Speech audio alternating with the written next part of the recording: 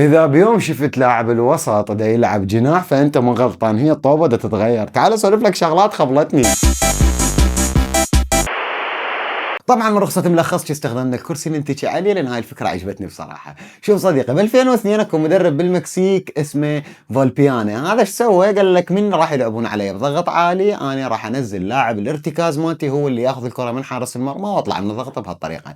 بس اجى كلوب وغير كلوب وهسه الكرة الحديثة كلها تعتمد على الضغط العالي، فلازم اذا اكو مشكلة لازم نلقى لها حل. فالمدربين دا يلعبون بفد مصطلح جديد اسمه الوايد ميدل فيلدر او لاعب الوسط الجانبي. هذا الشيء يسوي وشنو شوف صديقي، اذا الخصم يلعبها بضغط عالي فاني ما عندي حل غير انه القى لاعب حر يكون وحده ما عليه ضغط حتى يخرج بالكره، وهنا اذا كسرت الضغط العالي راح العب على التحولات الهجوميه السريعه، لان بالضغط العالي الفرق قامت تلعب بضغط كلش متطرف لدرجه مرات تشوف اللاعبين طابين للهولو للمنور الخلفي. فهنا انت لازم شو تسوي؟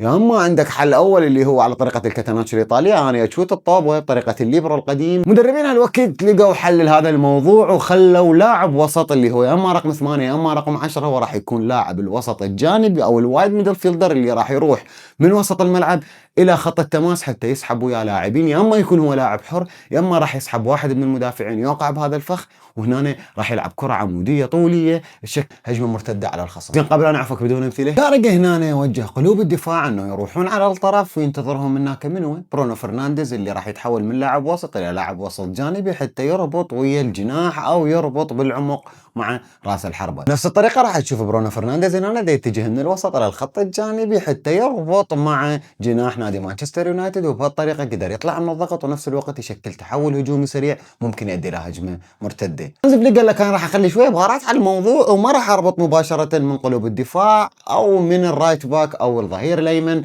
مع اللاعب الوايد ميدل فيلدر او لاعب الوسط الجانبي. قال انا راح ارتكز على لاعب الارتكاز اللي هو إيريك غارسيا بهاي الحاله حتى تخرج من الضغط ويكون وجه اللاعب رقم 10 عندي او اللاعب رقم 8 الى المرمى حتى عنده يصير اكثر من خيار للتمرير. وهذا الشيء سواه باكثر من لقطه، بحيث تشوف هنا فيرمين لوبيز راح ينزل على الطرف راح يفرغ مساحه وراه، يا اما راح يكون هو لاعب حر يا اما راح يرجع يلعب ويا لاعب الارتكاز كحجر اسناد، وبهالحاله راح اقدر انا العب على تحول هجومي سريع، او راح اقدر اربط ويا لامين يامال مثل هاي اللقطه ممكن انا العب على لامين يامال كنقطه ارتكاز الي حتى بعدها العب الكره اللي بالعمق اللي تشكل هجمه مرتده ثانيه. وهنا نشوف انه كل شيء بهاي الدنيا قام يتغير، حتى كره القدم يوم عن يوم دا تشوف شغلات جديده. واشوفك بالفيديو الجاي.